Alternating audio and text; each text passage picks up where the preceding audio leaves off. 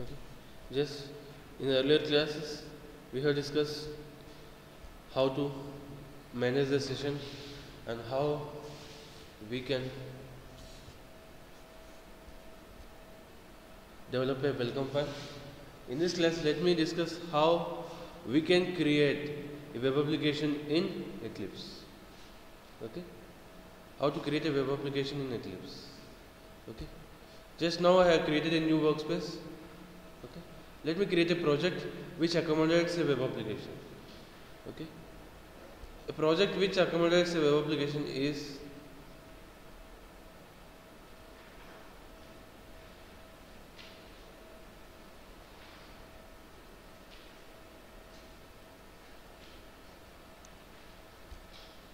go for others, type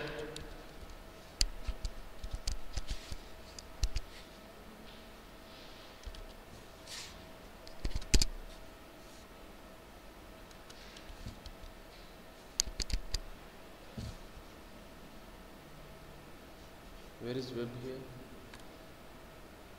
Web is not there. Okay. Where is another Eclipse here?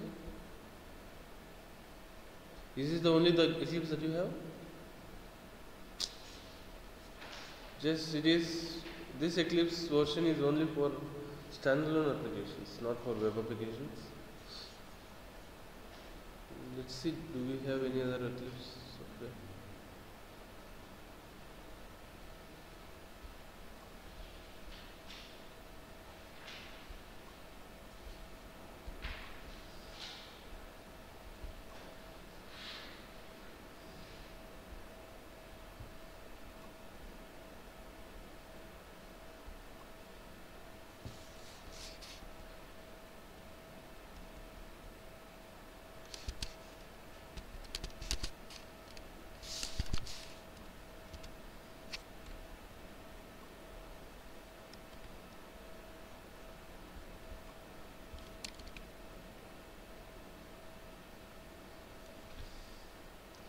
Let me try to make use of Eclipse, that is of JEE. Eclipse of JEE means it can be used to develop even enterprise applications or web applications.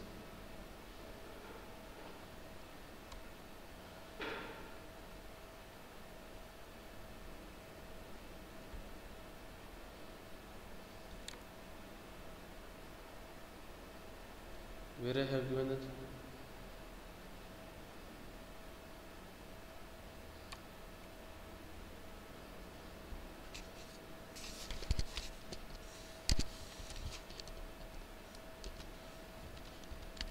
Let me create a new workspace, class_ws.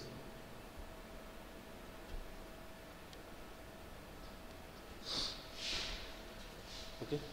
In this new workspace, let me try to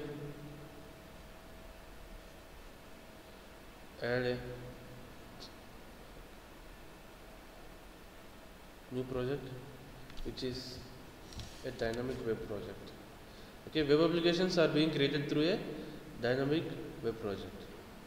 Okay, just create a new workspace. In that new workspace, go for File, New,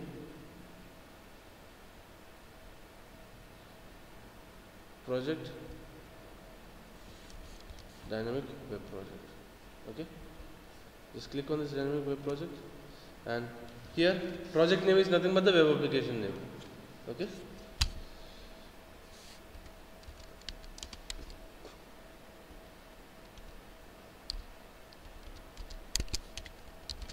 Just I'm naming the web application name as Eclipse-web app. Okay. So now the target runtime. By default, the target runtime is none. Okay. What is the target runtime means? In which server we need to execute this web application. Okay. In which server we need to execute the web application. In this in this system, okay, in this CPU, there might be 10 or 20 servers installed. Tomcat, Glassfish, WebLogic, WebSphere, JBoss, like that. 20 or like that, we may install even 20 servers in our machine. But in which server we need to run this web application, using which server we need to run this web application, that will be configured here. Go for new,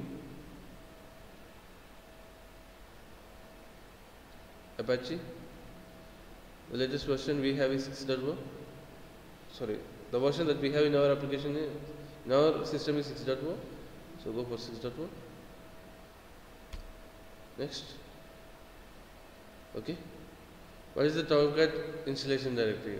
In which folder Tomcat server is available? So browse my computer, P,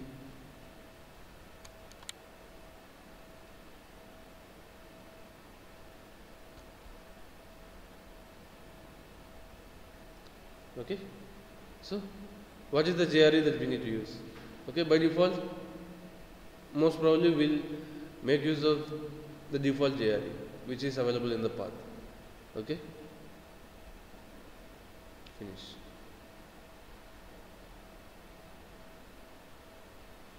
Okay, by default it will be in project explorer view.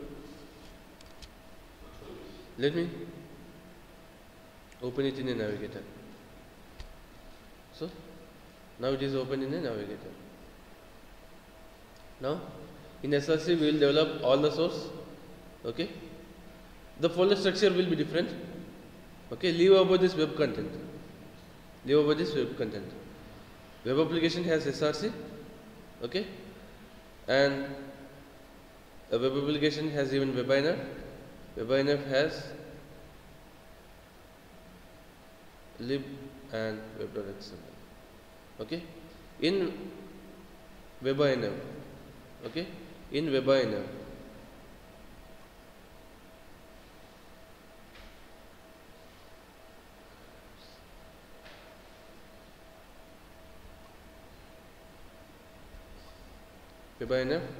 classes folder will be used for locating the .class files. Images folder will be used for locating the images.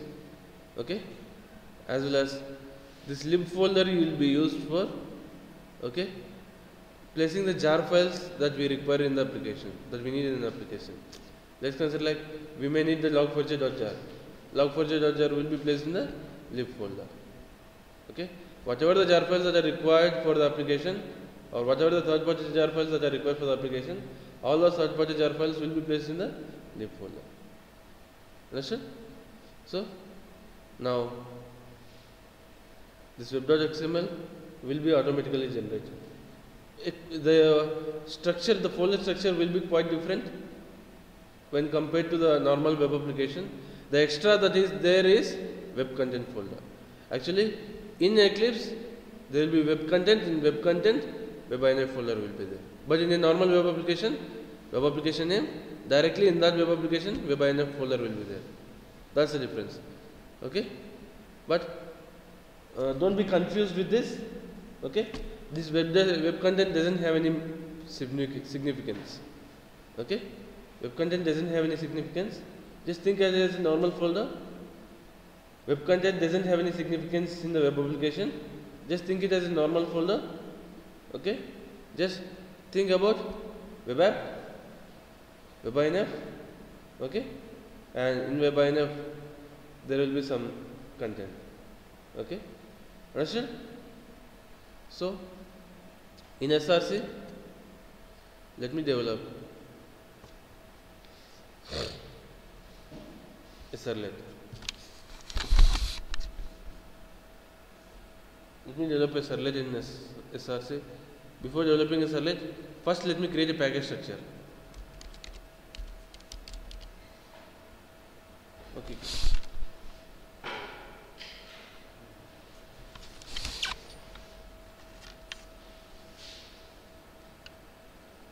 First let me create a package structure.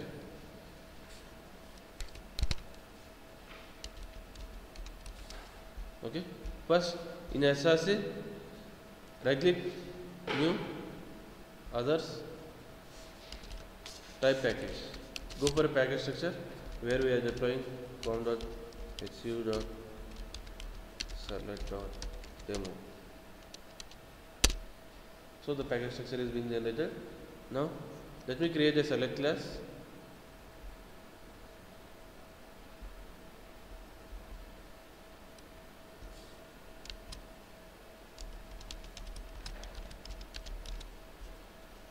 Login Servlet.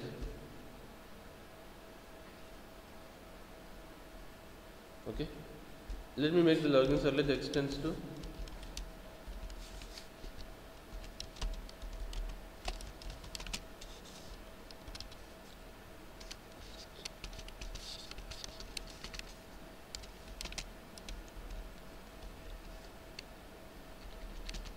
HTTP servlet. Okay, login Servlet extends to HTTP servlet. Let me override new post.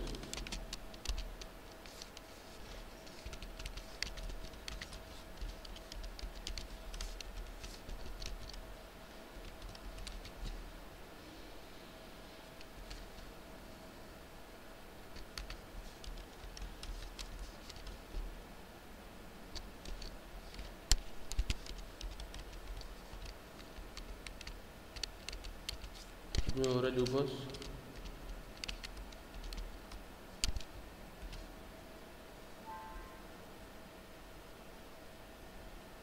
Power source, whatever.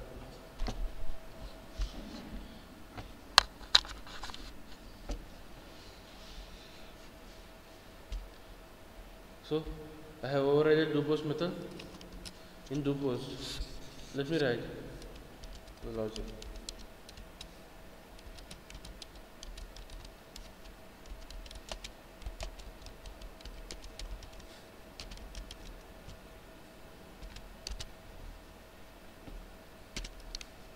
Just this print writer, just go for control space so that automatically it will be imported.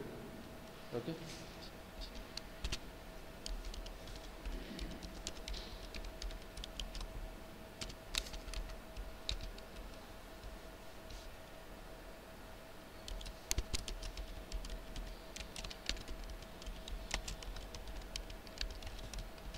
Inside login servlet. Okay. So, and even in the console we print the same. SYS4 control space system.out.println will be there. So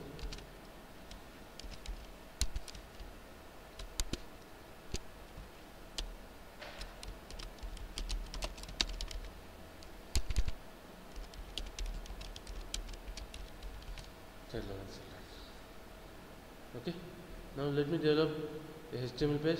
On the web application, if we right click and go for new HTML page,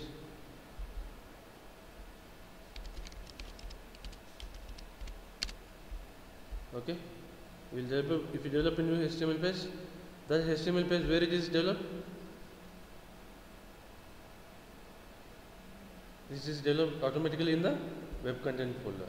Okay, whatever the HTML file will be there in the web content folder.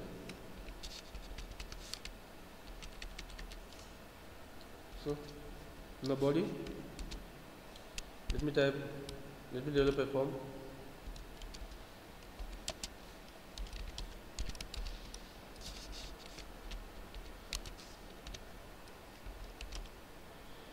Name equal to login form, action equal to downloader login.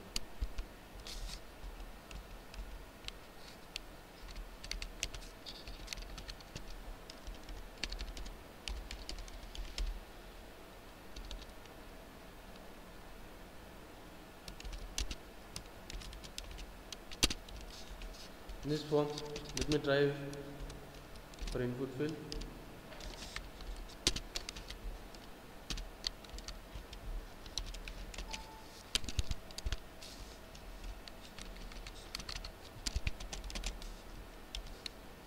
What the fuck is this?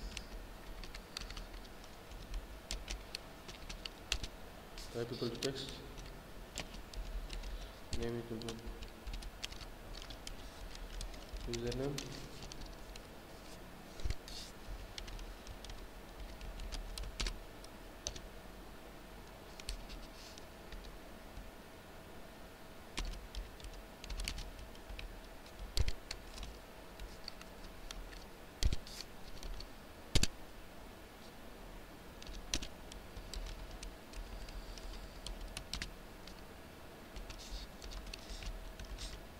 type equal to password,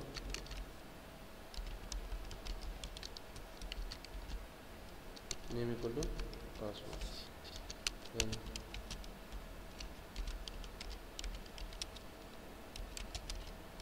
type equal to submit, value equal to submit. Okay, this is simple login form. Okay, whose action will go to something.login. Okay, in web.xml already some welcome files are there. Okay, just we need not to have all this information.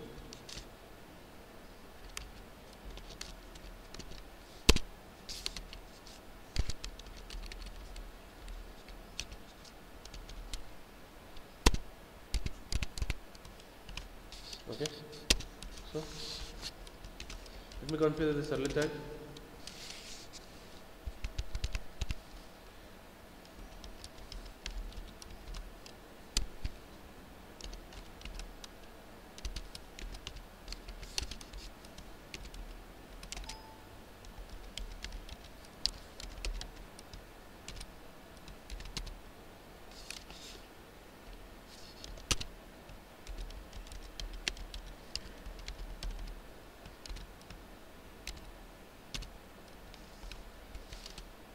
Servlet name is login servlet.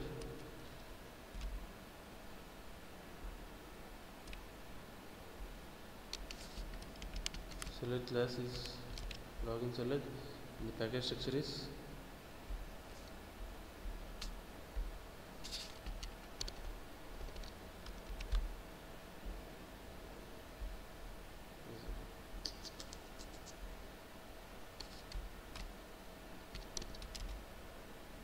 login servlet. Okay, let me do the servlet mapping.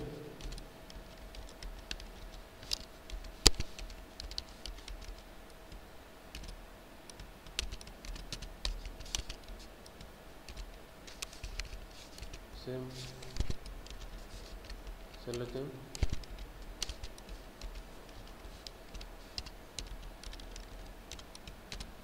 URL pattern is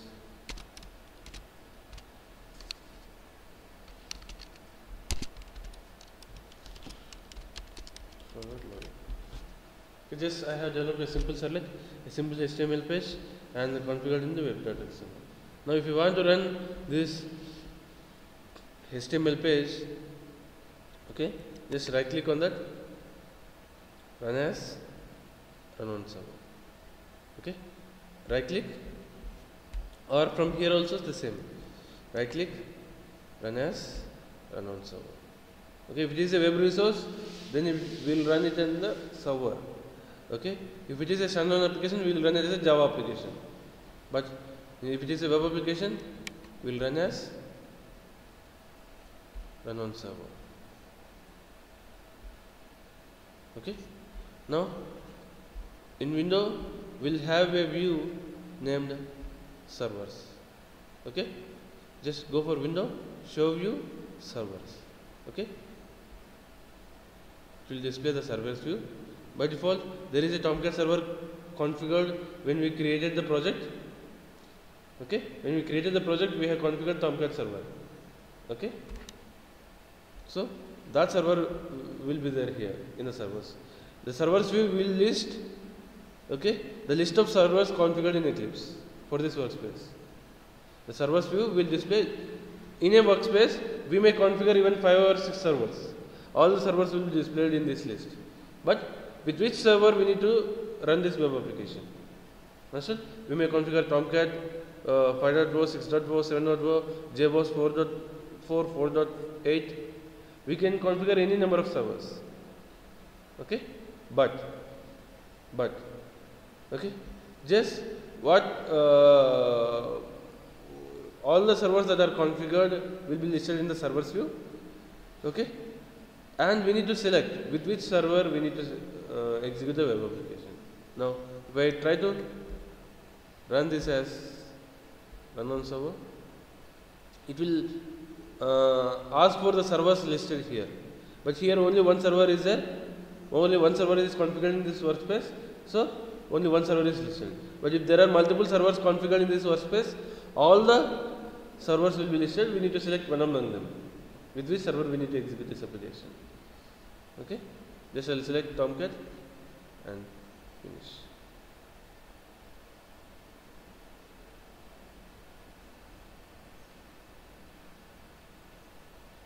So the username, password and submit. If you enter some username, see, this is a default browser that exists in Eclipse. Eclipse will have a default browser of its own. It's not Firefox or it's not Internet Explorer. Eclipse has a default browser.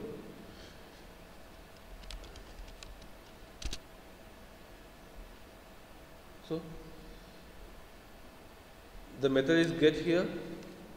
Let me make method as post. Okay, and if you make method as post, and let me go to the same URL, login.html, and refresh the page. If you want to refresh the page, this is the page. Okay.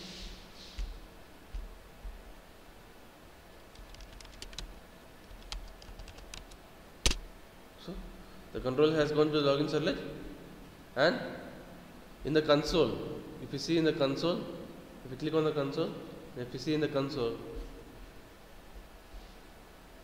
the content is printed. Okay, the system.out.println content will be printed in the console. Okay, and the browser content will be printed in the browser. Okay, by default, Eclipse will make use of the default browser. Okay, just if you want to stop the server, sorry, it is for stopping the current web resource. Just go for server view, window, show view, servers.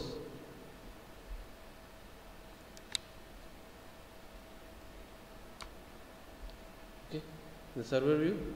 If you want to stop the server, just click on this. If you want to restart the server,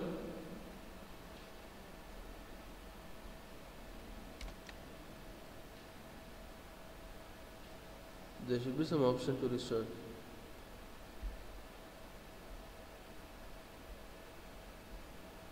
Okay, stop the server. The server is stopped. Again, if you want to start the server, click on this.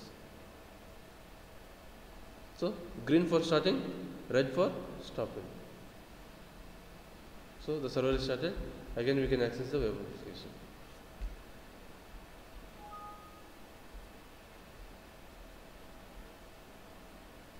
Again, we can access the web application. Okay, understood? But once the server is stopped, we try to access the web application. It will be available here.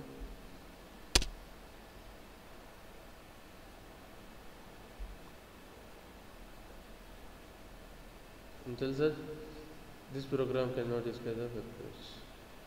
Okay, so this is because the server is stopped. Okay, now we can start the server.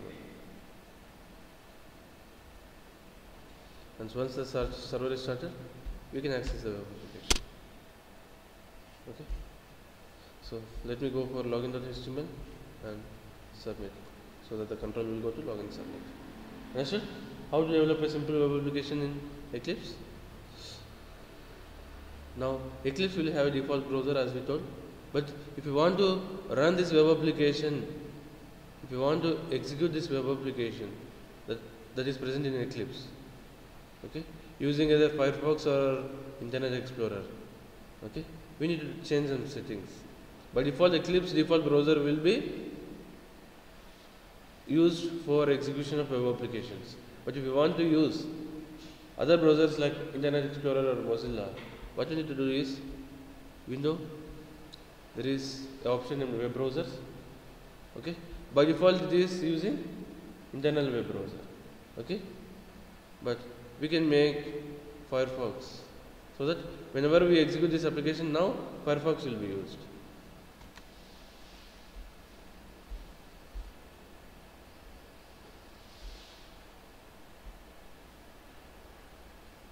So it is using Firefox to execute the web application. So if you enter submit, it is going to log in Servlet. But if you see here, the same thing is logged here. Understood? Understood? This is how in general we develop and test web applications. Develop it in Eclipse so that the development time will be very less. Okay? Understood? But don't use the default browser of Eclipse. It will be misleading. So test the application with the actual browser. So how we can change the settings means, just go for window. Okay, web browser. Just select one among the browsers that you wish, either IE or Firefox or whatever it might be. Okay, and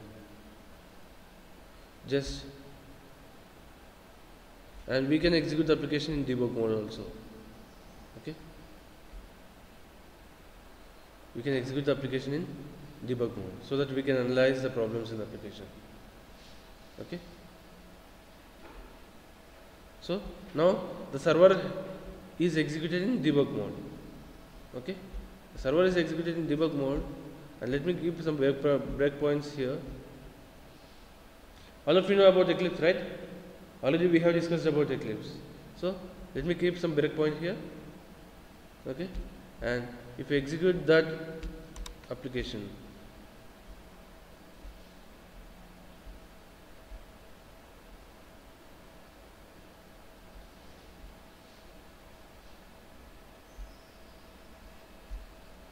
okay, now let me enter some username, password. So now the control has come to login Servlet, and open in debug mode. So the control is now this breakpoint. The control is stopped, or the execution is stopped at this breakpoint. Okay, so we can analyze very easily. See what is the request object, what is the response object. Just select that, Control Shift I, it will give all the values. Okay, what is the request object? Okay, what are the attributes present? So that we can debug the application very easily. Okay, in Eclipse. Okay, even we can debug a web application. Okay, just what you need to do is, okay, run the application in debug perspective. Okay, just debug as debug on server. That's it. Okay, so the control has come to debug. Understood? So when we debug the application, the server will open in debug mode. By default, the server will be executed in run mode. Okay, when we try to debug the application, then it will be executed in debug mode. The same Tomcat server, if we run the application, if we run the web resource, it will be in run mode. The same server will be executed in debug mode if we debug the application. Okay, so if you want to run, then right click, run as run on server. If you want to debug as debug on server. Okay, so likewise we can easily debug web applications using Tomcat server. So using Eclipse. Understood? All of you know about debug perspective, right? Already we have discussed debug in Eclipse. Okay, just brush up your knowledge about debug perspective. Already we have discussed that in earlier sessions. Okay, and now let me go to the next concept. Okay, just this is a basic thing how we can develop a simple web application in Eclipse. Okay, let me go to the next concept. What's the next concept that we have? It's filters.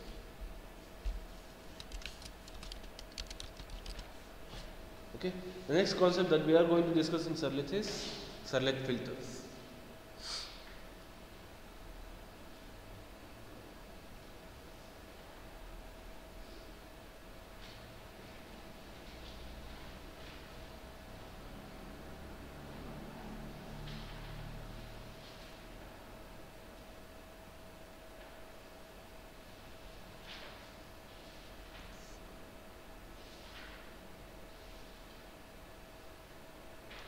Why do we use filters? Okay. If there is any pluggable logic, if there is any pluggable logic, pluggable,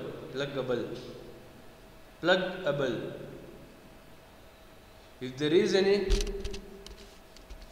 pluggable logic,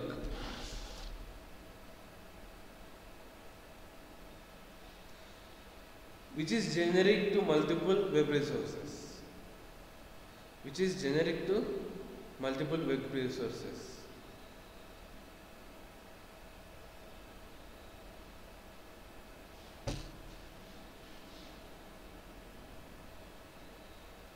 then rather than writing that logic in all the web resources, we develop a filter for that.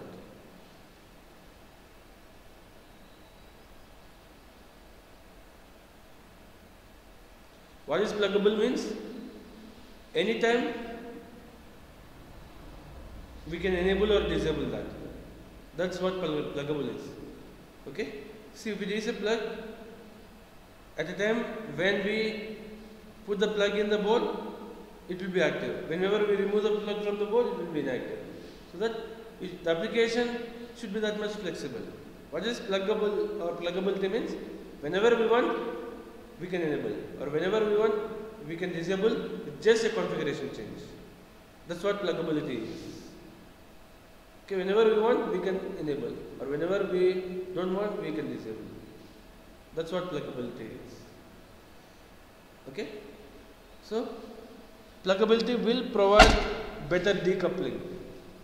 Okay, pluggability will provide better decoupling. So rather than writing that generic logic in all the servlets, okay, what we write is, we write a filter and we can plug that filter to the servlets. Okay, so the generic logic will be decoupled from the servlet logic. Okay, just we are separating the generic logic from all the servlets and we are writing a filter so that filter will be executed for all the servlets. Understand the concept of filter? See, let's consider there are 3 servlets.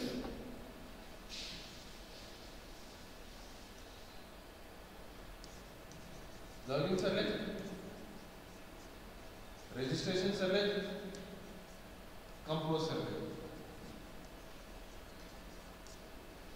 Let's consider there is some generic logic for all these servlets.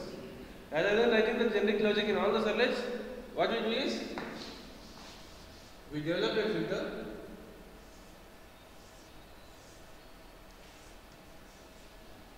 filter and we make that filter to be executed whenever the request goes to any of these servlets. So whenever we dispatch a request to any of these servlets, first the control will go to the filter. From the filter only, the control will go to servlet. We'll configure the servlet in web.xml in such a way that the control will go to first to the filter and then only to servlet. Okay? Understood? So what we do? Are we writing the same logic again and again in multiple servlets? No. We are decoupling the generic logic into filter. That's the first advantage, decoupling. The second advantage of filters is reusability. The same filter can be reused for even for 100 servers. The first advantage of filters is decoupling the logic. Decoupling the logic. That means we will decouple the logic from servlets and we will write in separate entity, a filter. Understood, right? What is decoupling? Decoupling means just separating the logic. Separating the logic and putting in separate filter. So that's what decoupling is. So we can decouple the generic logic from all the servlets and put it in separate entity, which is a filter. We can decouple all the generic logic from all the servlets and put it in a separate entity, which is a filter. So now the generic logic will be in one entity and servlet specific logic will be another entity. So they both are decoupled. So the first advantage of filters is decoupling. The second advantage is reusability. The same filter can be reused for any number of servlets. So now we have 3 servlets. For all these 3 servlets, we can use the same filter. Okay? For all these 3 servlets, we can use the same filter. The same way, let's consider like there are 2 filters. Filter 1, filter 2. Okay? Let's consider the request goes to login servlet and the request goes to registration servlet. Okay? And another request goes to compose servlet and the same. Another request goes to registration servlet. So, how many filters are there for registration servlet? 2 filters, filter 1 and filter 2. Okay? How many servlets are there for filter 1? How many servlets are there for filter 2? So, for a filter, we can assign any number of servlets. For the same servlet, we can assign any number of filters. Okay? So, filters can be reused. Filters can be reused.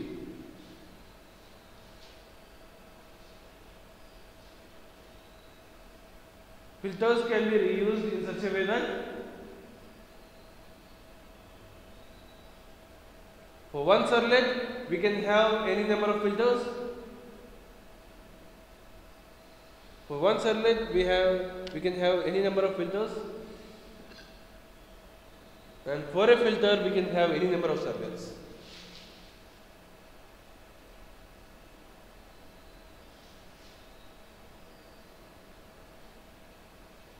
For a servlet, we can have any number of filters, as well as for a filter, we can have any number of servlets configured.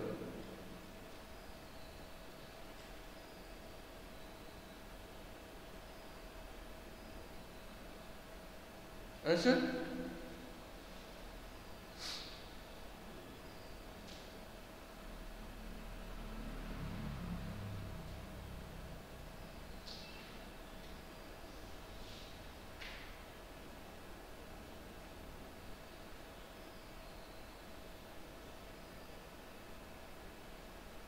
So,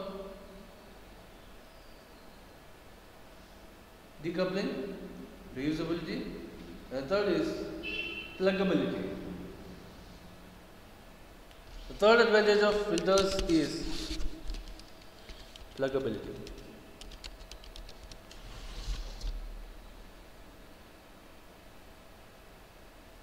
Pluggability means whenever we want to attach, we can attach. Whenever we want to remove the attachment of filter to a servlet, we can just do that by simple configuration change. Okay, that's what pluggability is. By a simple configuration change, we can attach or remove a filter to servlet association. That's what pluggability is. By simple configuration change, we can attach or remove the association between a filter and a servlet.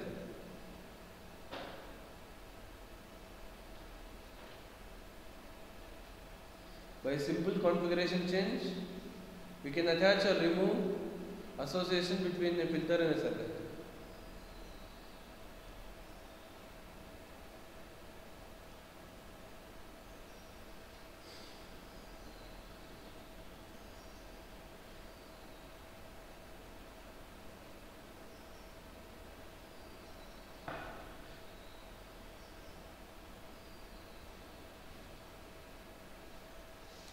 Mainly these filters are used in some scenarios. For example,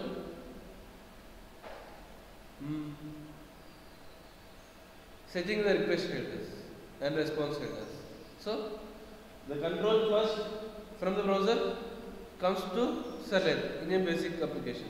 But if we have a filter, the control first comes to the filter, and from filter it goes to Servlet. So, in the filter, we can set the request headers, and even in backward also, from the servlet, first it will go back to the filter, from filter the control will go back to the browser. Understood? From the browser, first, actually from the browser the control should go to servlet, but actually if there is a filter for a servlet, from the browser the control will go to the filter, from filter the control will go to the servlet. Okay? While returning back also, from servlet control will go to filter, from filter the control will go to browser. So, we can set request and response headers in filters, so that logic will not be coupled with the servlet logic. Setting request and response headers, okay, that will be done in filters in general, so that logic will not be coupled with the servlet logic. Understood? So, these are some practical examples where we use filters. Setting request and response headers. That's one of the practical usage of using filters. Or that is the practical usage of filters. What we do is, we add a filter, okay, and in that filter we will write the logic to set request and response headers. So, whenever the request goes to the servlet, first the filter is called and request headers are set, and then servlet is executed. Okay, for that servlet, the request will be available with the headers.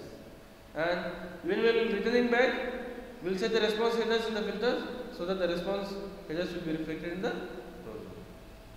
Understood? Understood? So, this is how request headers or response headers in general they will be set in filters. Okay? And let's consider like, if you don't want, now the response header is in such a way that we are displaying the content in a HTML page. Tomorrow we may change the response headers in such a way that we will display the content in a PDF file. Okay, by default, the response will be displayed in a browser. But there are some applications where the response will be displayed in a Word document or a PDF file or Excel sheet like that. Okay? In that scenario, what we will do? We will make the response headers, or we will modify the response headers in such a way that the output will be there in a PDF file, or the response will be displayed in a PDF file. After 2 days or after 1 year, I may need to change the response headers in such a way that the output should be displayed in a Word file. Now, if I write that logic, if I write the response header logic in Servlet, what I need to do? If I have 100 servlets, I need to change all the 100 servlets. Rather than doing that, if I do that in the filter, just I will change at one place in the filter. So, that flexibility will be provided by the filter. Okay? Reusability, decoupling, and even flexibility. So, now, at present I am using 10 filters for a servlet. Tomorrow, if I want only 5 filters, okay, just make the configuration change in the filter. That's it. Okay? And reusability. The same filter can be used for any number of servlets. The same servlet can be configured with any number of filters. Filters can be reused. Okay? Understood the advantage of filters? And the second advantage, the second practical scenario where filters are used. Do you know what is encryption and decryption? Do you know what is encryption and decryption? Let's consider like if you go for a banking website, okay, or any secure website, if you enter username and password, okay, that username and password will not go to the server. Just because if you send that username and that password to server, okay, let's consider that we send password to the server. Okay, let's consider like my password is, okay, ready 1 2 3. Okay, I send this password to server. Okay, and in the database my password is saved as ready 1 2 3. Okay, there will be database administrators in banking projects. What they will do is they can access our password, they know our username, and they can log in into our account and transfer amounts. So there is a risk there. Okay, and while transferring from browser to server and server to browser, if some hackers can track this, if some hackers track this password, then it will be a risk.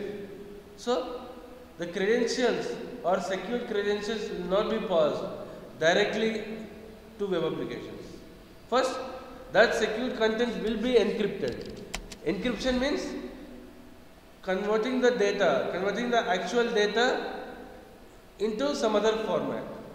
Okay, there are several APIs which will provide encryption. Okay, there are several products which will provide you encryption. But what encryption will do means the actual data will be converted into data in some other format. Let's consider like ready 1 2 3 will be converted into a content like this. So it is possible to analyze this. Yeah. If I send ready 1 2 3 directly to the server, when I send a request from the browser to server, okay, when I send a request from browser to server, okay, the information will be passed through a channel. Okay, the hackers can induce into the channel and get our password. But even if hackers get this code, they cannot do anything with this. Just because this will be known only to that program. Okay, this will be known. Okay, this represents ready 1 2 3. Okay, that logic will be, that algorithm will be known only to that application. So if the hacker knows ready 1 2 3, he can directly log in into my application. But if the hacker, even if the hacker knows that the value is this, he cannot do anything with that. Understood? So usernames and password will be encrypted and sent to the database. And encrypted username and encrypted passwords will be there in the database. So let's consider like the username is Rajesh, whose encrypted value is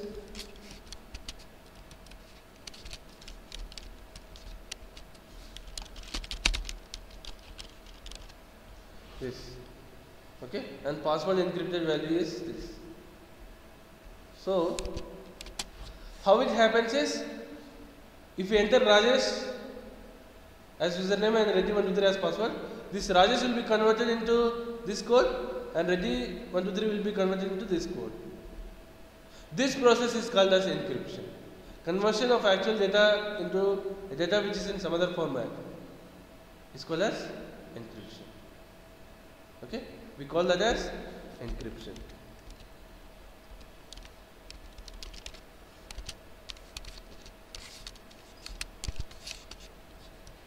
The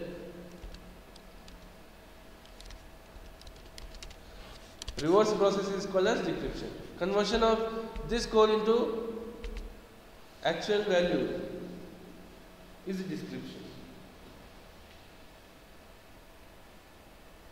Encryption and decryption.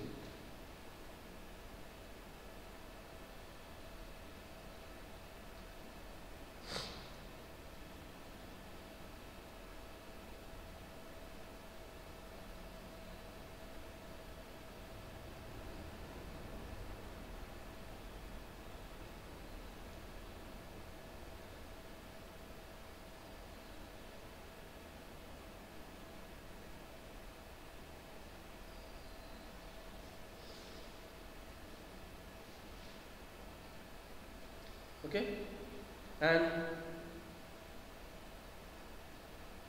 this encryption and decryption mostly 99% will be done in filters only. Just because it is a generic logic for all the servlets. Encryption and decryption logic is generic logic for all the servlets and it may change at any time. Today I have a product, after 3 months I may change the product. So I cannot change the whole servlet code just because I have changed the product. So what I will do is, I will use a filter for that, and whenever the product is changed, I will write the logic related to the new product in the filter, so that only one filter can be changed, or only one filter needs to be changed. Understood?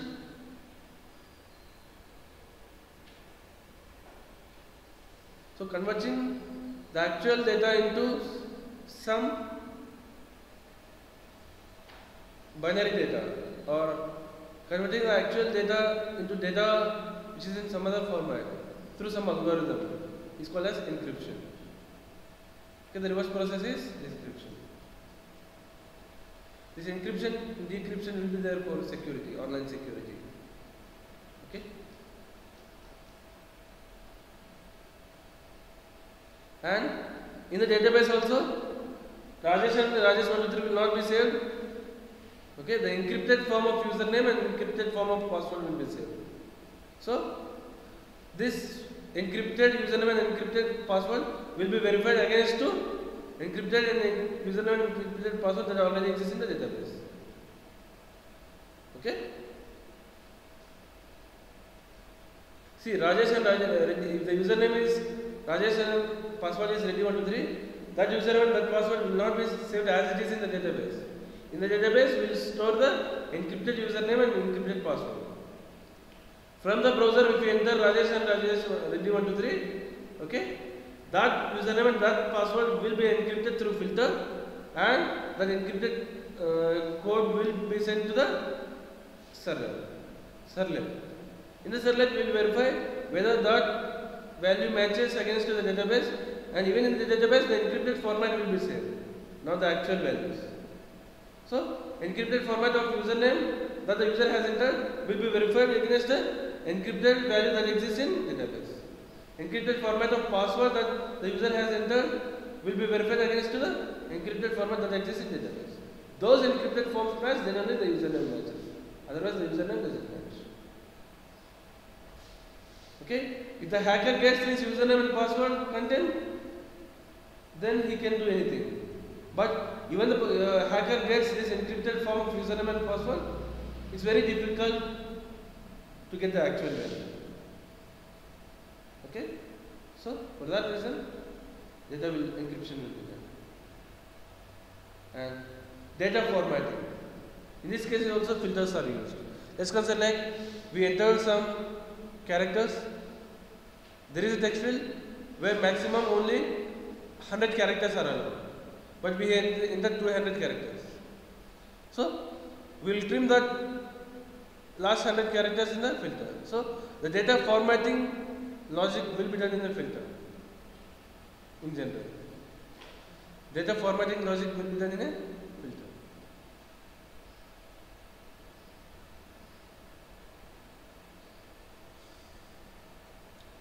Let's consider like string to date or date to string. Okay? Or string to number or number to string. Like this. The formatting logic will be implemented in a filter.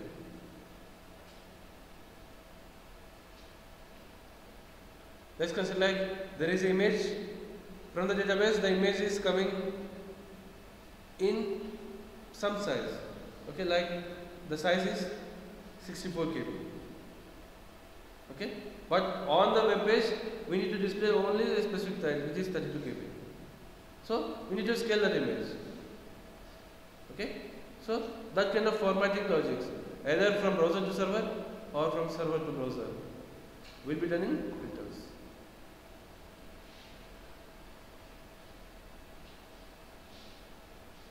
The formatting logic, either when the request goes to from the browser to server, or when the response is retrieved back from the server to browser. In both the scenarios, formatting logic in general will be done in filters. so that the formatting logic will not be coupled with actual Servlet business logic. Okay.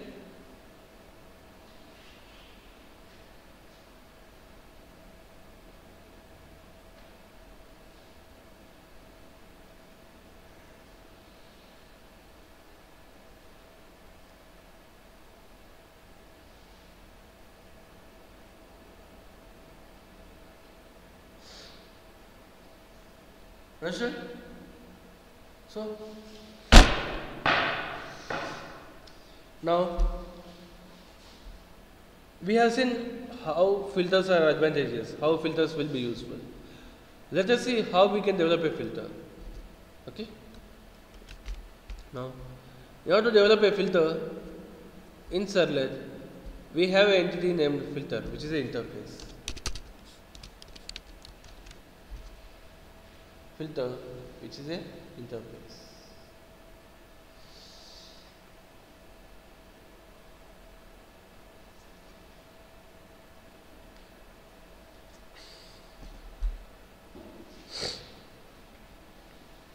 We have interface which is filter.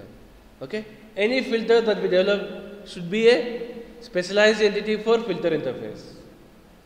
Any Servlet filter that we develop should be a specialized entity.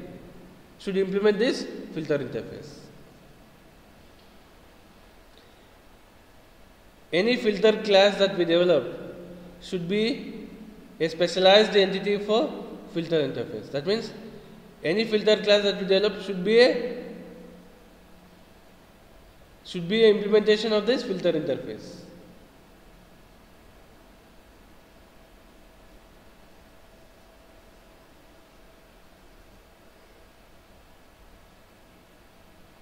And there is another entity, filter config. Filter config will be same like a Servlet config. It will be specific to a filter. If you want to represent some properties or parameters specific to a filter, we use filter config object. Filter config is also an interface.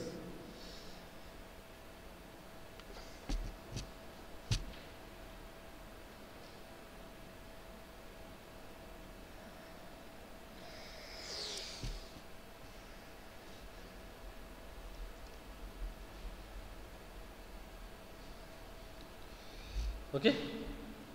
And the third interface that we use is filter chain. Filter chain is an entity which is used to chain the filters and web resources.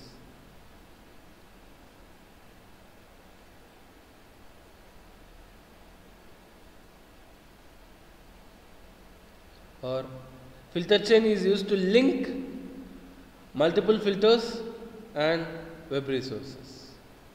See, let's consider that. This is a browser.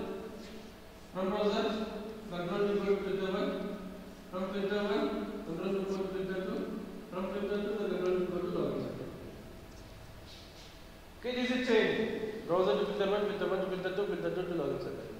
This chain will be maintained by the filter chain object. Understood? The chain of filters and the web resource. Chain of filters and web resource will be maintained by filter chain object. Okay?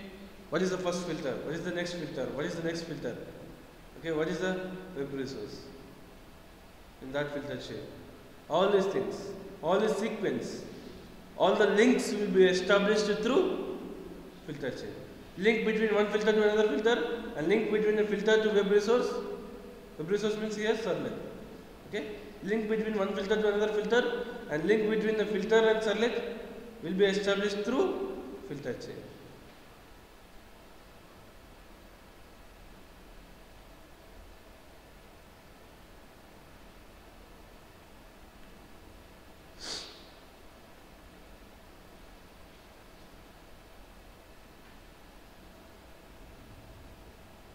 Where's Sharat? You can sleep? No? So, let us see how we can create a filter a servlet filter by using these three entities. Okay. Now let me create a simple filter, a simple class.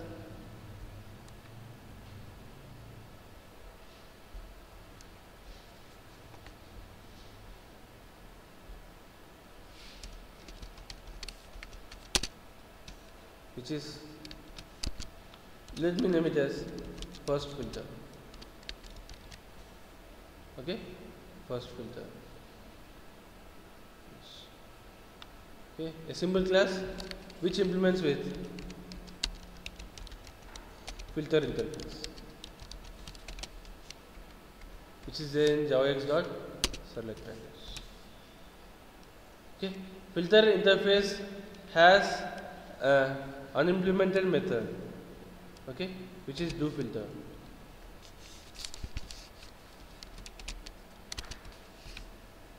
Okay, and even there are three abstract methods in filter interface. One is init. There are three abstract methods in filter interface. One is init. Second is doFilter. And the third one is destroy. These are the three methods that exist in filter interface. Okay, these are the three methods that exist in filter interface. Init method, doFilter method, which takes a servlet request,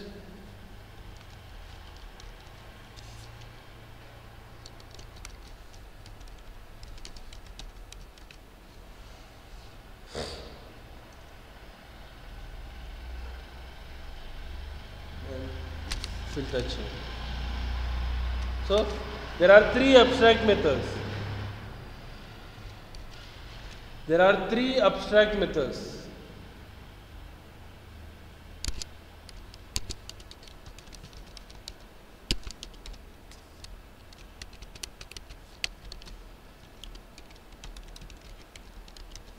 There are three abstract methods in filter interface: init, doFilter, destroy.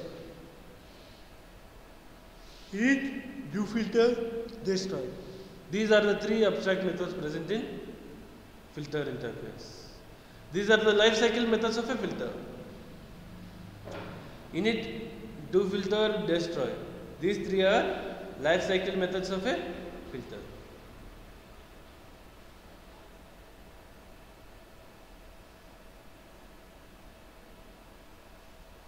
Okay. Init method will take a filter config object.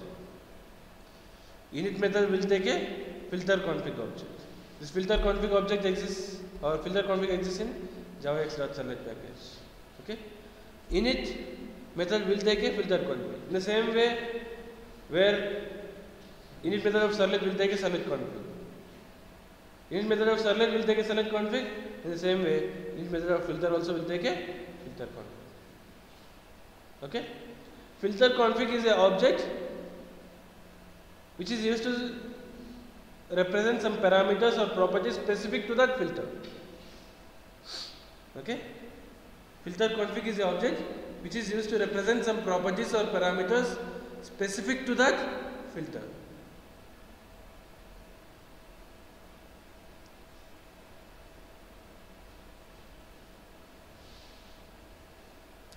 Okay. Let's consider that a filter is assigned to 10 servlets. Same filter is assigned to 10 servlets. Same filter is assigned to 10 servlets. Okay? 10 filter objects will not be created. Only one filter object will be reused for all the 10 servlets. But for all the servlets, filter is same. If you want to represent some parameters specific to that filter object, then we use filter config. In the same way, where we can send 1000 requests to the same servlet, the servlet object is same and servlet config is same. In the same way, we can assign the same filter even to 1000 servlets. Filter object will be the same and filter config will be the same. Understood?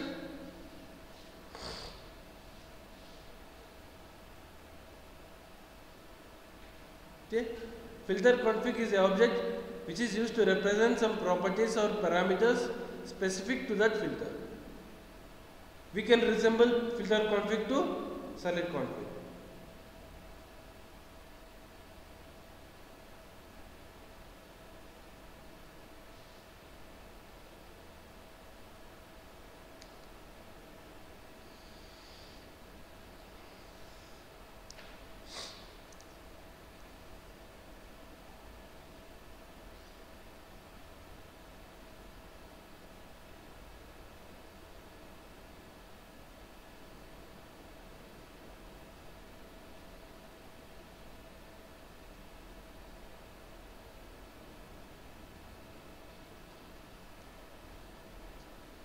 Understood?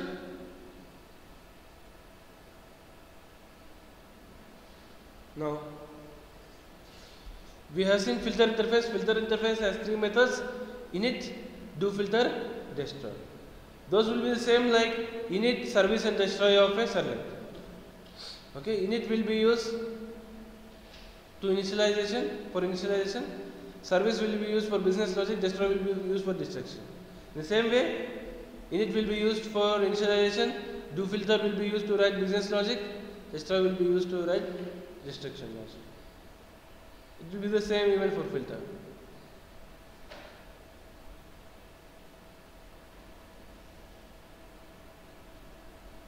And the servlet request is an interface which is a super interface to HTTP servlet request. Servlet response is an interface which is super interface to HTTP servlet response. Okay? Servlet request and servlet response, these are interfaces which are super interfaces to HTTP servlet request and HTTP servlet response. HTTP servlet request and HTTP servlet response are specific to HTTP protocol, but the servlet request and servlet response are generic to all the protocols. Okay? Since filter is not specific to any protocol, filter is not specific to any protocol. Filter will work for any protocol. Since filter works for any protocol, okay, it takes a servlet request and servlet response, just because servlet request and servlet response will work for any protocol.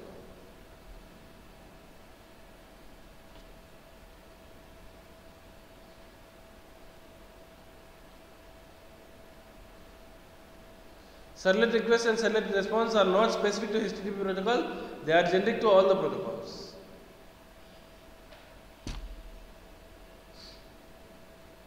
But HTTP servlet request, HTTP servlet response, these two interfaces are specific to HTTP protocol.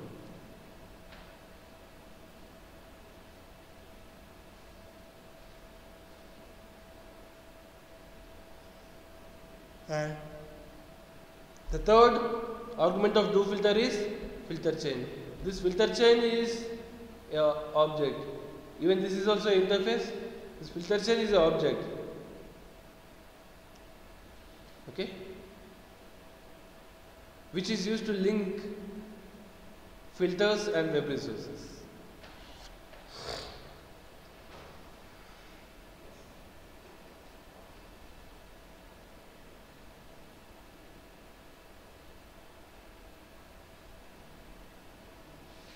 So, let me develop a filter, let me develop some code in the init method.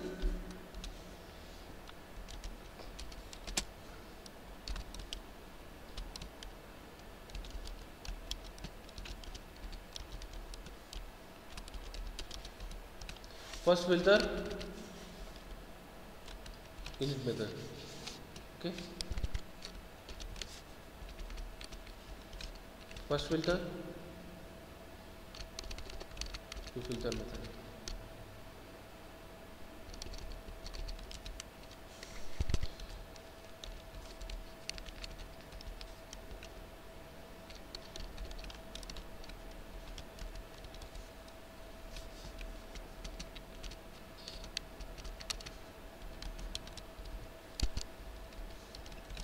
This first filter and destroy method. Okay, and so now once we develop a filter, we need to register that filter. Filter will be same like a servlet. register the filter with web.xml.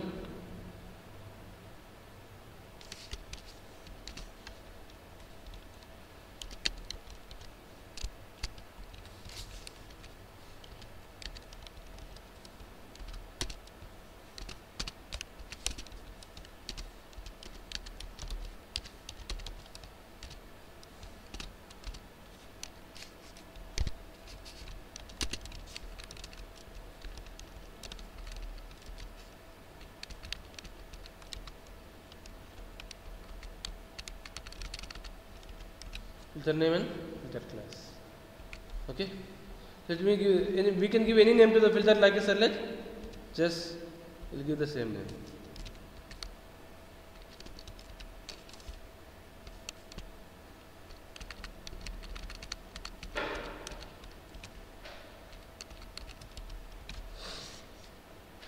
Okay. We'll give the same name. Now same like servlet mapping, even will have filter mapping.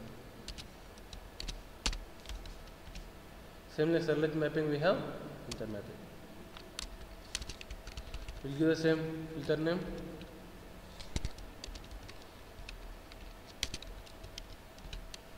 Okay. And how we can map a servlet and a filter means through filter mapping. We will develop a filter, and how we can tell that yes, before executing the servlet, first go through this filter. How we can configure that means through filter mapping. Okay. In the filter mapping, we can give either servlet name or URL pattern.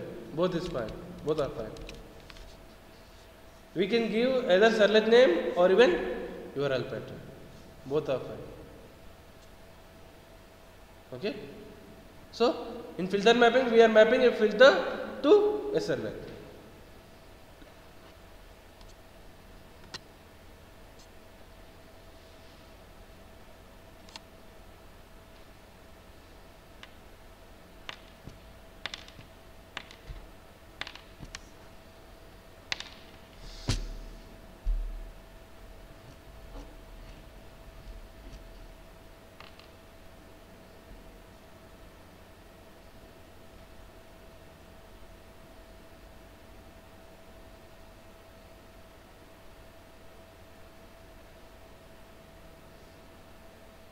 Understand?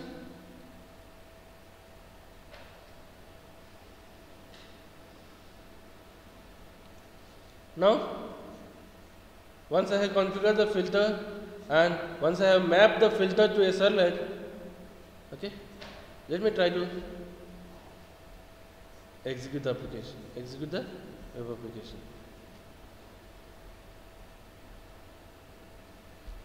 Just run as run on server. Okay. Since we have changed some Java code, okay, it will ask to restart the server. Okay, just restart the server automatically.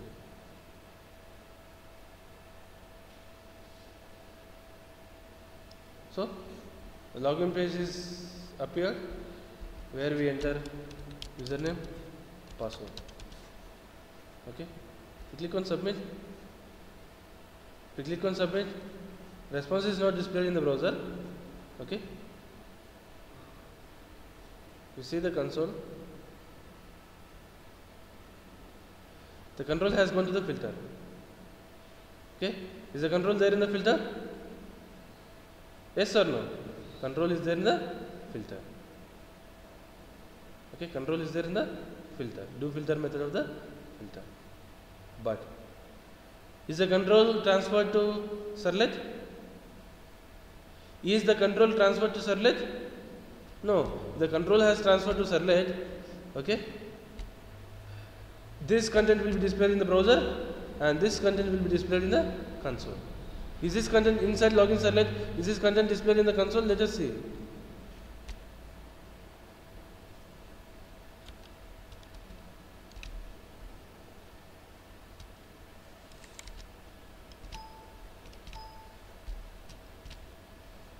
Now, is this content displayed in the browser? Sorry, console? Is the first servlet, is login servlet content displayed in the console? No. And is the login servlet response displayed in the browser? Is login servlet response displayed in the browser? No.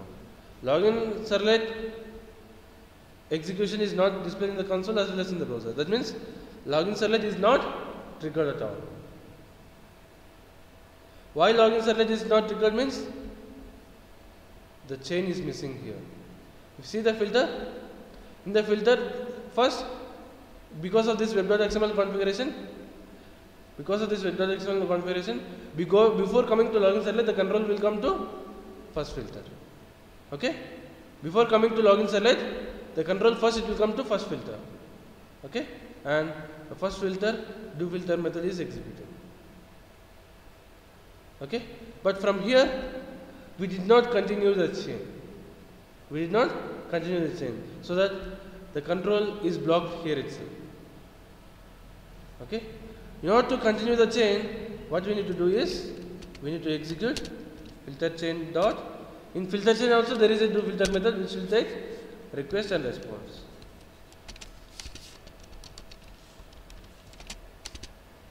Okay? But filter chain dot do filter is different. Filter chain dot do filter is different. Okay? And filter dot do filter is different. Filter dot do filter will take select request, select response and filter chain. Filter chain dot do filter will take request and response. Filter chain dot do filter will be used to transfer the control to next filter or next web resource. Understood?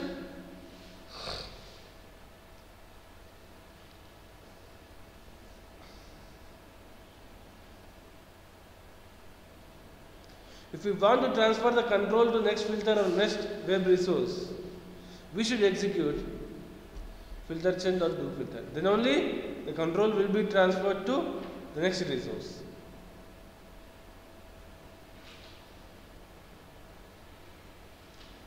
If you execute filter chain dot do filter, then only the control will be transferred to next resource, either next filter or next servlet.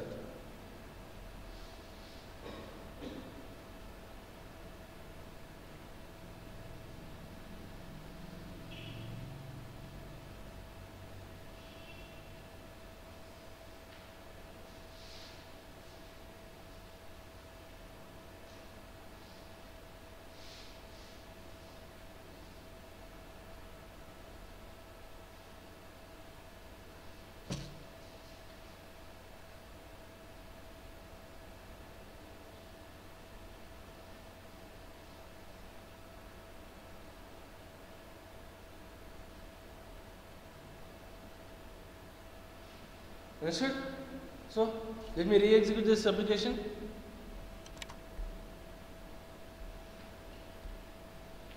It will ask for a server restart. Let me restart the server.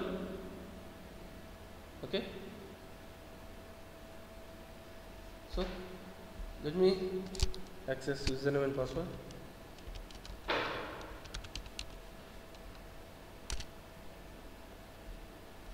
Submit. The control will come to login servlet. Okay, just because there is a breakpoint. Let me remove the breakpoint. So, first filter do filter method is executed, and even again login servlet is triggered. Okay. Now, if you see the log,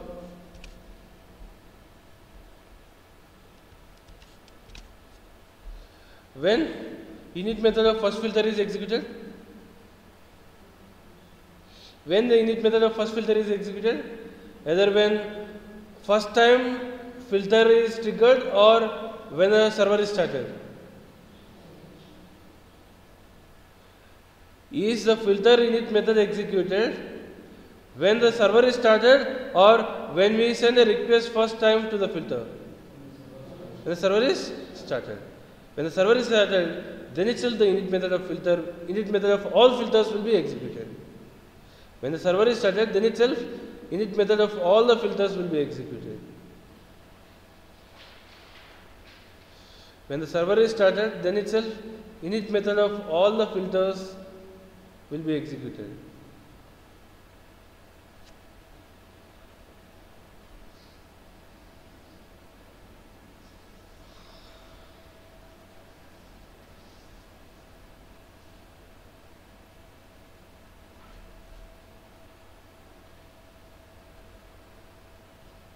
Now, can we tell that filters will have default load on startup? Can we tell that filters will have default load on startup? Yes. Filters will have default load on startup.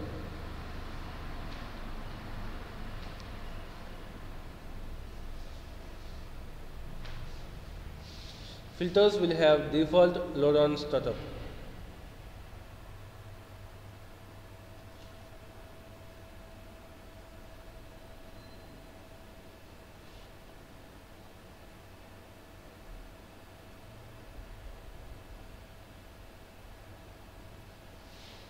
Okay?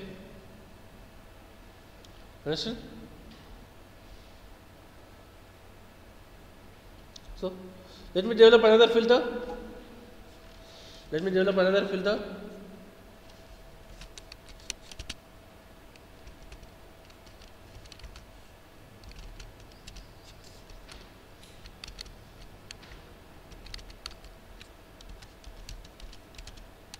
Just use a second filter.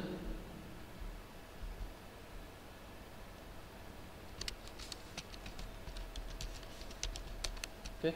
I have developed another filter which is second filter. Already there is a first filter. Now I am developing second filter. Okay.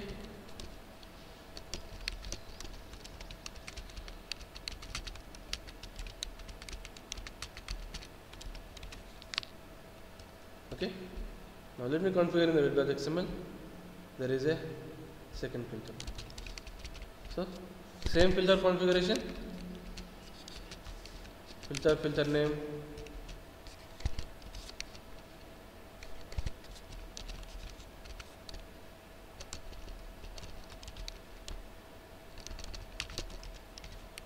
Okay, and filter mapping.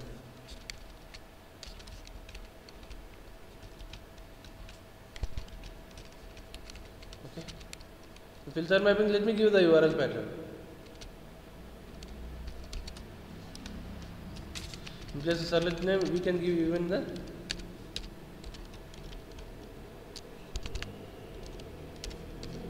URL pattern.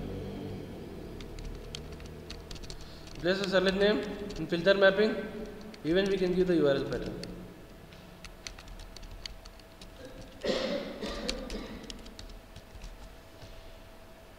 Okay.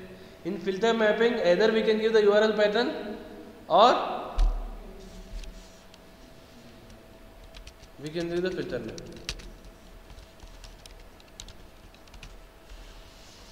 Sorry, we can give the servlet name or even URL pattern.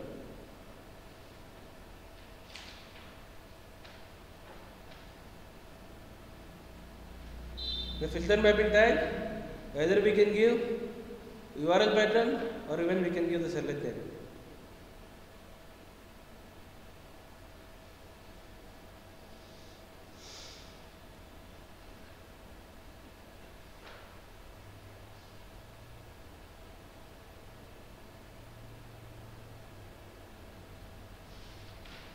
Understood?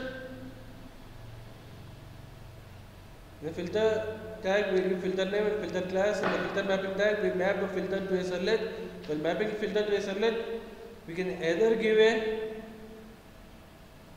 URL pattern or even a servlet name. Both are valid.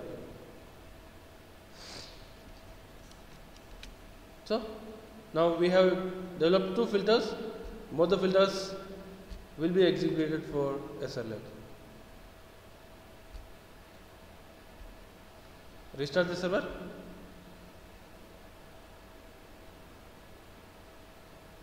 Server is started and let's see.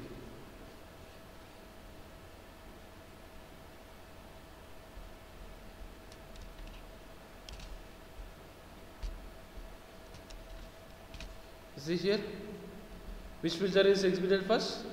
First filter, then second filter.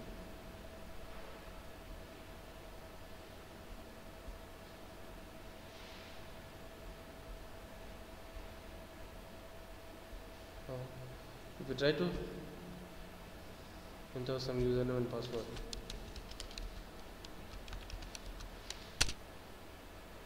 the control is transferred to login servlet. Okay. Now if you see the console, which filter do filter method is executed first? Which do filter method is executed first? Second filter or first filter? Second filter. Okay. First second filter do filter method is executed, then first filter do filter method is executed. Why it does make a difference? Just let me show you in the console.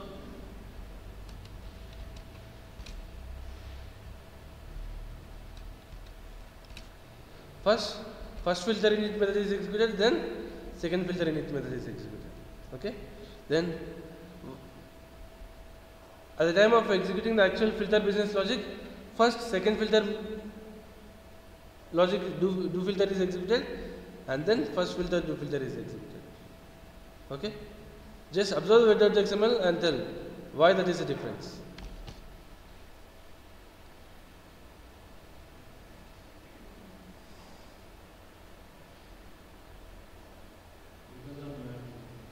Because of mag. Okay. The filter init method will be executed based on the order the filters exist in filter tag. Okay. What is the first filter tag? First filter tag is of first select. Second filter tag is of second select. But while execution, okay, what is the first filter that is configured for login select? What is the first filter that is mapped for login select? In filter mapping tag, what is the first filter that is mapped for login select? Second filter. First second filter is mapped, then first filter is mapped. Okay. As per the mapping of filters, the filters will be executed as a chain. Okay. But the init method, this filter initialization will be done as per the order that they exist in web.xml. Okay. But the execution of do filter method will be done as per their order that exists in the filter mapping tag. So for login select, first second filter is configured, or first second filter is mapped, then first filter is mapped. So in the same order do filter methods are executed. Understood?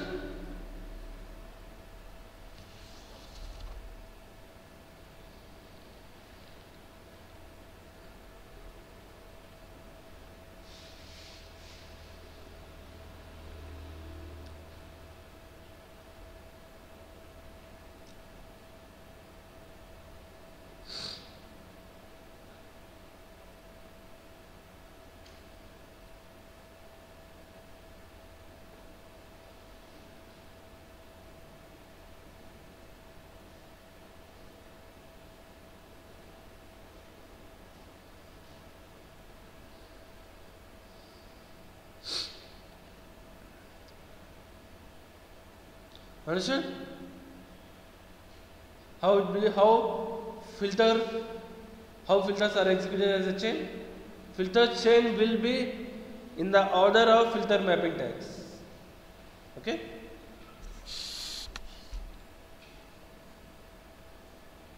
And let me develop another servlet. Copy that, paste it. While pasting it will ask to change the name, just because two classes cannot have the same name in the same package. Okay? Understood? Just copy this. Okay? Paste it in the same folder. Okay? It will ask for change of name. So let me change the name to registration servlet.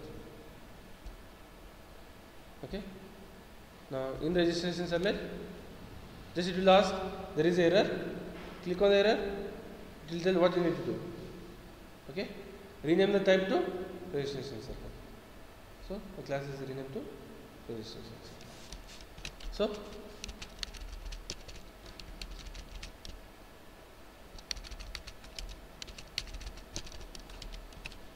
site registration servlet. Okay? Now inside login.html,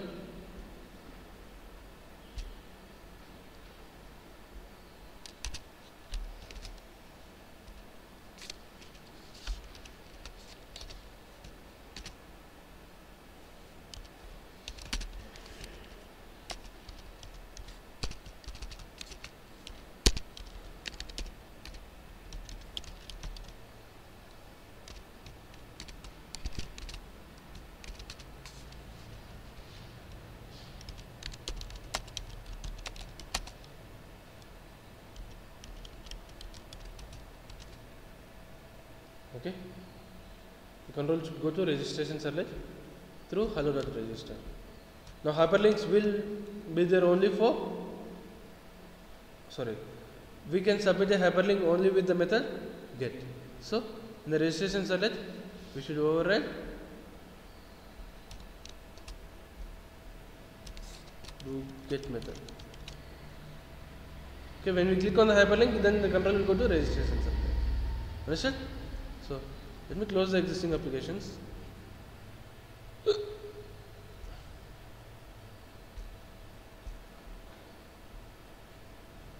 Let me try to execute this. Now let me try to configure this registration servlet in web.xml. Now in web.xml, same like login servlet, we'll configure even registration servlet also.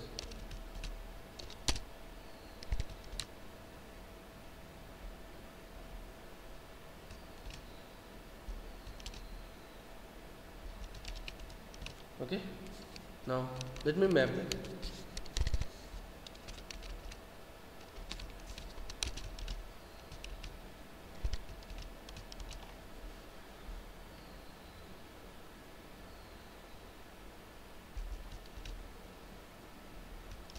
Servlet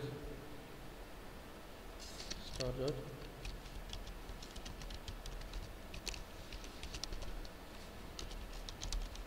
register. Okay, let me assign first filter both to login servlet as well as registration servlet.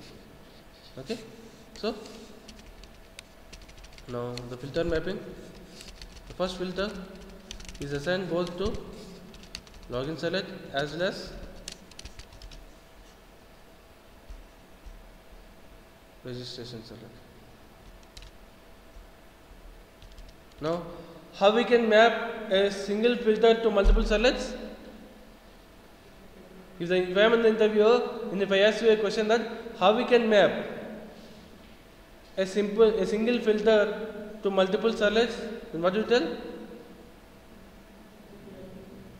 How we can map a single filter to multiple servlets?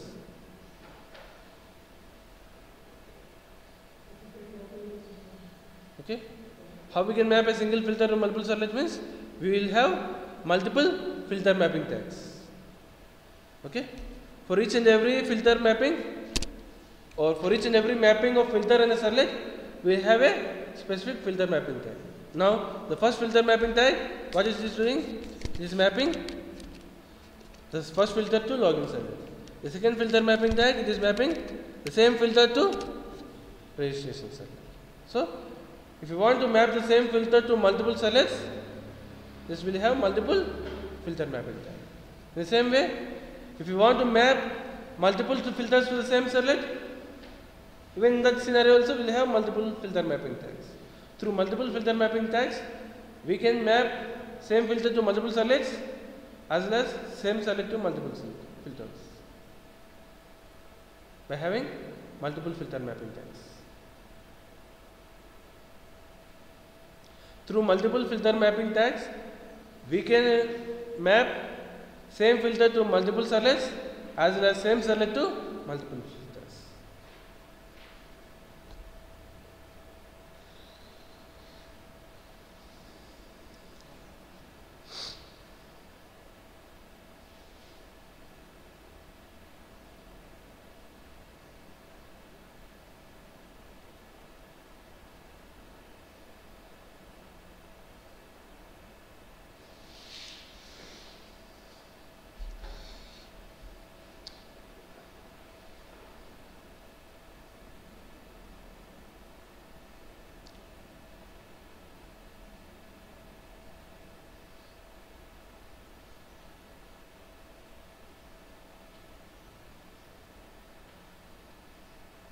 Okay, got it?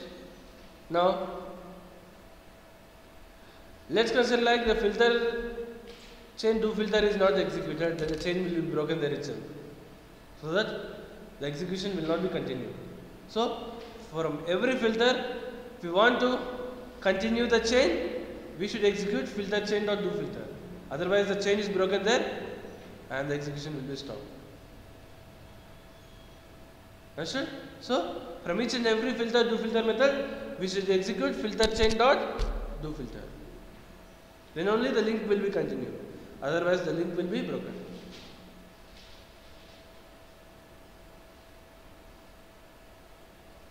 From each and every filter, do filter method, we should execute filter chain dot do filter. Then only the link will be continued. Otherwise, the link will be broken.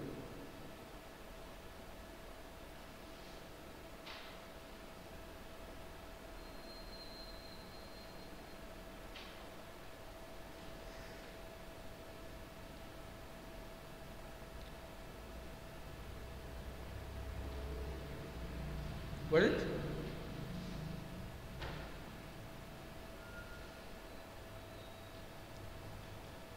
Now the next thing is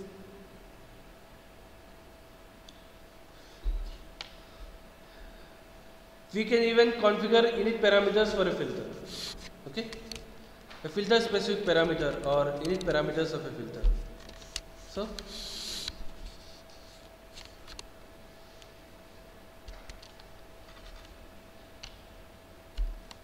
in a filter, we can have filter name, filter class, and even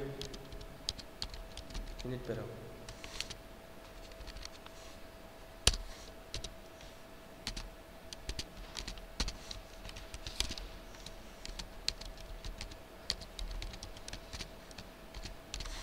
Param name,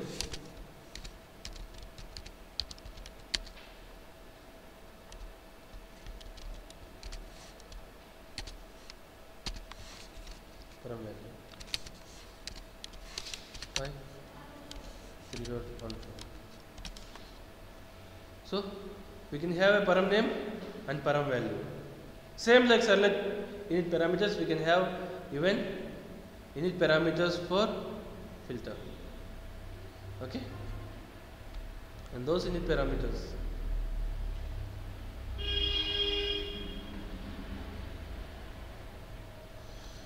okay. Now how we can get those init parameters in do filter method? How we can get filter init parameters in do filter method? These are some of the interview questions. Is it possible to get filter init parameters in do filter method? Yes? How? How we will get filter init parameters in do filter method?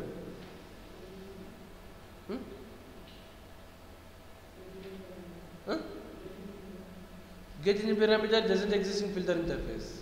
Filter interface has only 3 methods: init, do filter, destroy. From where we get that get init parameter?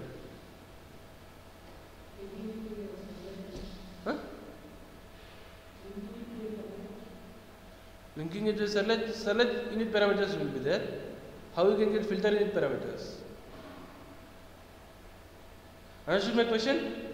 There are filter init parameters, and how we can get that filter init parameters in do filter method?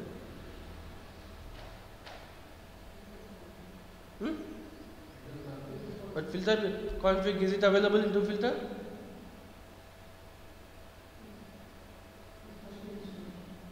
Okay, the very first thing, if you want to access init parameters, the very first thing that we need to do is we should have a private local filter config.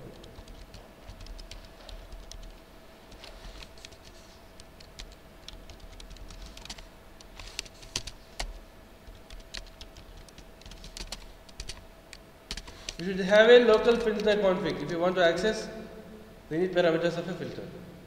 Okay, and in init method, what we should do is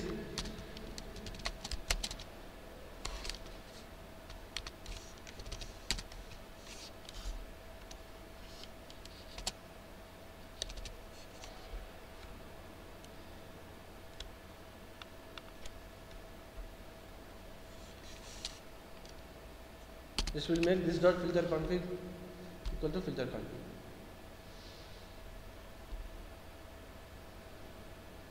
Understood?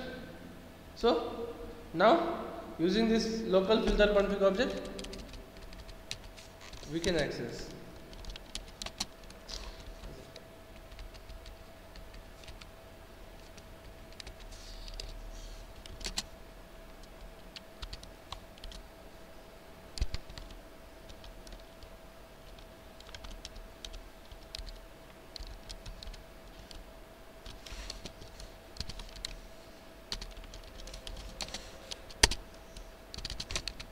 filter config dot getting parameter of, okay, the name of the parameter.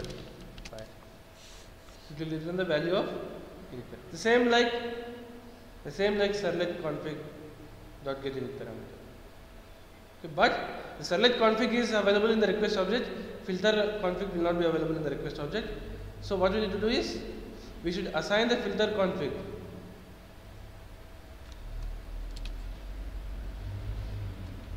It's not filter config, it is filter config. You can make it filter config.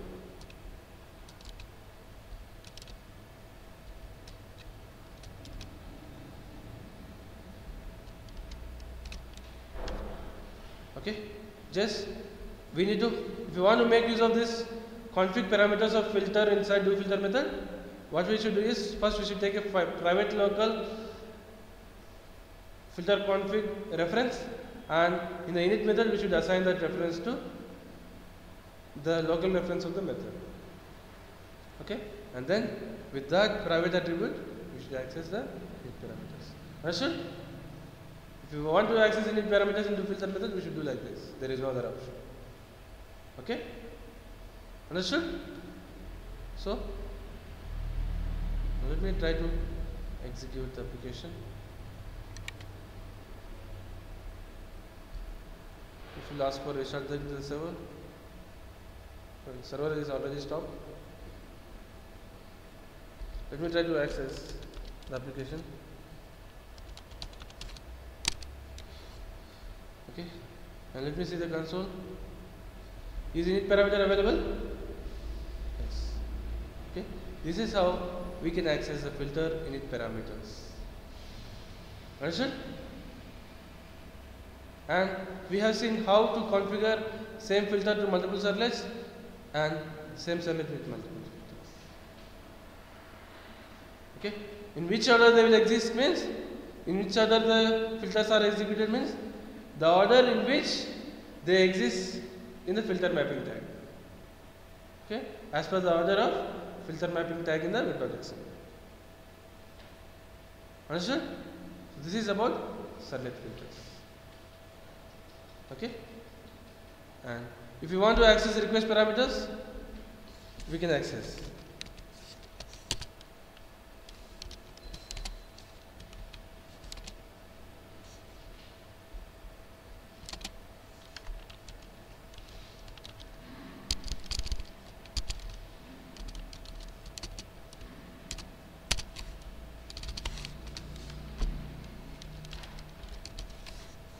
Okay, in the filter we can access the request parameters easily.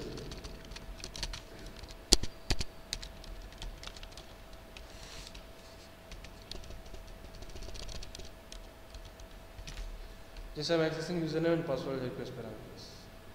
Okay, so let me run the application on web server.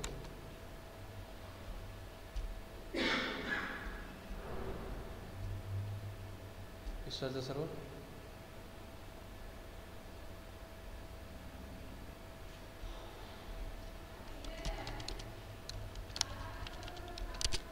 So see the console. Ravi's username, password is 12345. Understood? We can do any business logic in the filter. Okay. And once filter chain.do filter is executed, it will either go to the next filter if exists, or else it will go to the target servlet. Understood? That's how it will be. And the next concept is servlet listeners. Okay. The next concept that we are going to discuss is servlet listeners. That we will discuss in the next session. Okay. Once servlet listeners are completed, the only concept that will be remaining is request and response headers. How to set request and response headers in a servlet application. Okay. Most probably those two things will be completed tomorrow, or not tomorrow. Today evening we will complete listeners, and tomorrow morning we will complete headers. So by tomorrow morning class we will complete servlets. Okay. Then after we will start JSP. Okay. Within a week, most probably we will complete that also. If we take 2 classes, one in morning and one in evening, we can complete this JSP within a week. But your responsibility is take at least 8 hours to practice. Just because we are discussing 3 hours a day, you take at least 8 hours to practice. You should make yourself busy these days. Then only you can be okay with the classes that we have discussed. Okay? Just try your level best.